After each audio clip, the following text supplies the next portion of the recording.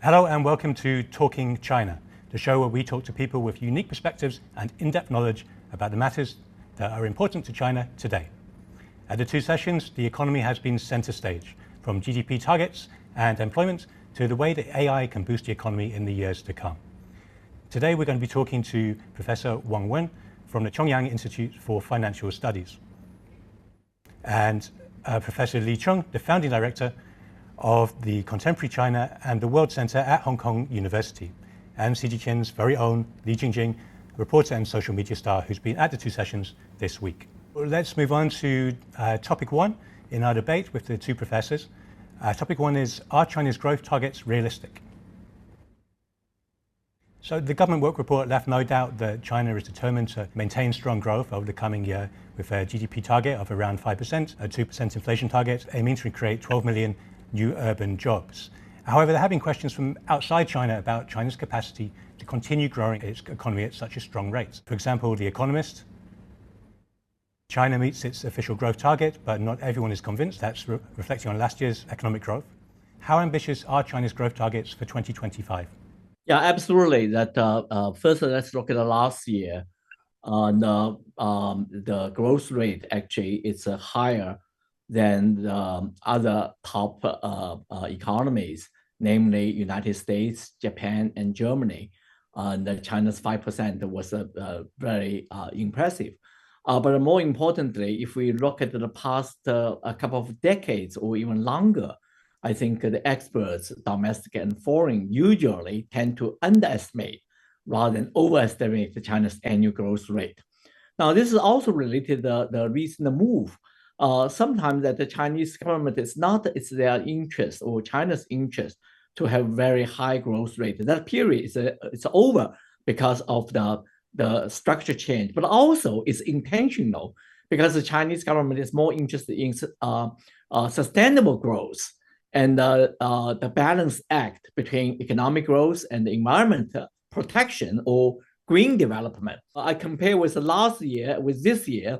I think the two sessions, China is in much better shape. It's in very good mood compared with last year, because last year there's some Western narrative talking about China past the peak, it's already the Chinese economic problem and all these negative things. But some scholars still maintain, this small number, maintain confidence about China. So now they are right. Their prediction is more on the right side rather than the other way. So I think that also more importantly, some of the basic things in China to emphasize economy, new energy, and software infrastructure, meaning social welfare and retirement and this kind of investment, and also innovation. It's extremely important. Just give you one example. There's so many cities. Since I moved to Hong Kong from US a couple of years ago, I visited a lot of cities like Chengdu, Hefei, and even Guizhou. There's so many cities similar to Silicon Valley, not just Shanghai, Shenzhen, and Beijing. And so that's a very, very important phenomenon. Now, for example, that my glass, the way I just got it from Zhuhai, it's a 3D printing. I just went to the store. They said, I will produce you. Then, a couple of hours later, I get that 3D print, just really for me. So that tells you this is widely spread. I recall that when I was in Washington, D.C. or in New York, I never see such kind of store, a store. That tells you the innovation is really widely spread. And the Chinese government emphasizes on technology, particularly in the wake of DeepSeek, really changed the public opinion, and the confidence is on the rise. Well, as we all know, the government work report of the two sessions in 2025 has set China GDP growth target for this year around 5%, which is already the third consecutive year that the GDP growth target has been set at around 5%. It should be said that this goal is quite challenging. This is one of the highest growth targets among major economies worldwide, far higher than the United States, other G7 countries, and the vast majority of emerging economies. And China's proposals of a 5% GDP growth target is a huge contribution to the world. Over the past decades, we all know China's contribution to global economic growth has consistently remained at around 30%. If China's GDP can still grow by about 5% this year, it will mean that China's contribution to the world economic growth will exceed 35% or even higher, 40%. To achieve this goal, China certainly facing a lot of pressure, but these pressures can be, I think, overcome because the intensity of China economic stimulus policies this year is also unprecedented. Because China has raised, as we all know, this is very important data. China has raised its fiscal deficit ratio to 4% for the first time, instead of previous 3%.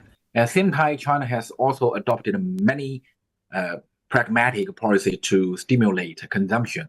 So that means, on the one hand, fiscal investment create more supply, and on the other hand, stimulating consumption increase demand. So both ends of the economic growth are working together. And so that's why I believe that China economic growth target of around 5% can be achieved by 2025. It must be said that the current pressure on China's economic growth mainly comes from external factors. Maybe Professor Lee will mention that, because the United States launching a trade war and a technology war against China will definitely create pressure. But China, I think, China has confidence and experience to resolve these pressure. Yeah, that's my opinion. Thank you. Professor Wang, could I just ask you one quick question? You mentioned external forces. A lot of China's economic growth last year was boosted by strong levels of exports. Are those external forces going to affect that in the year ahead? Because we all know that in the past 1 month, President Trump launched a trade war again and add the tariff rate 10% twice. So I think it's give a huge pressure to China foreign trade. But even that, as Professor Li Cheng right now mentioned, that now domestically, China's innovation development very quickly, and domestic consumption can create more and more demand and support the sustainable economic growth. And I think it also reflects the recovering confidence, social confidence.